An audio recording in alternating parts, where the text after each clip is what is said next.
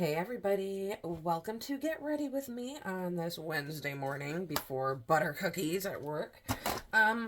Okay, just a disclaimer, I'm not a mental health professional by any means.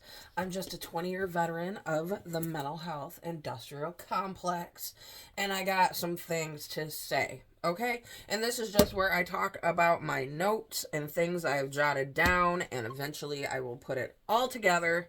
So if you are new to my channel, welcome. If you're returning, welcome back. Always good to see you. Okay, so, and just a disclaimer, these are all my opinions, and just my thoughts, and I'm just critically thinking here. Doing some critical thinking, okay? Today, I'm going to be making some connections between Jodie Hildebrandt and Marsha Linehan. And I'm not comparing them from like a criminal standpoint by any means. I'm not accusing Marsha Linehan of being guilty of the things that Jodie Hildebrandt did. I'm just comparing their programs. They kind of have a solution for the same things. And I guess I'll get right into it. Things that can be comparable to borderline personality disorder and what Jodie Hildebrandt considers distortion, because BPD, they talk about cognitive distortion, which is the irrational or exaggerated thought patterns that can lead to an inaccurate perception of reality. That's psychosis. You're psychotic if you're doing that, okay? But, okay, so Jodie Hildebrandt talks about living in distortion, and BPD talks about cognitive distortion. And living in distortion, is like, having addictions. That's a big one with BPD. I think pornography was a big one with Jodie Hildebrandt. Girl, she, like, destroyed families over that.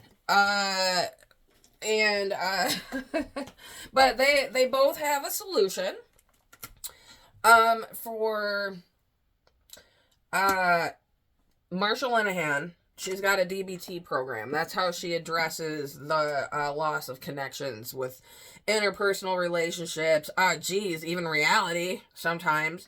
And then, Jodie Hildebrandt,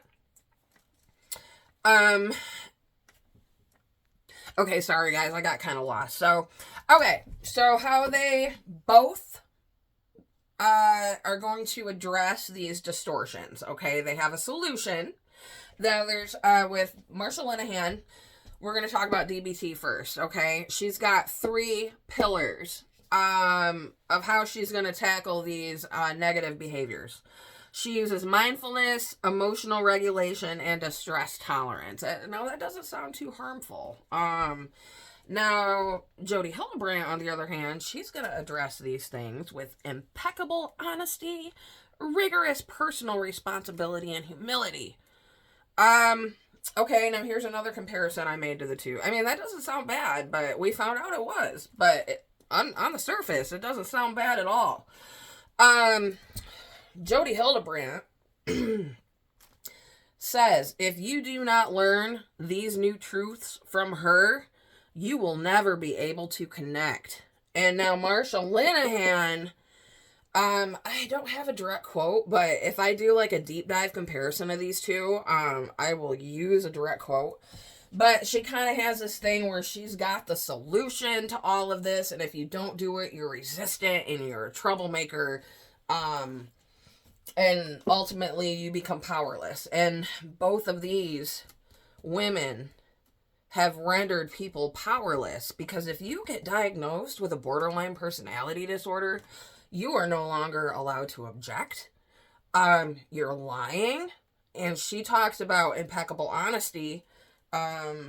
So that's a comparison.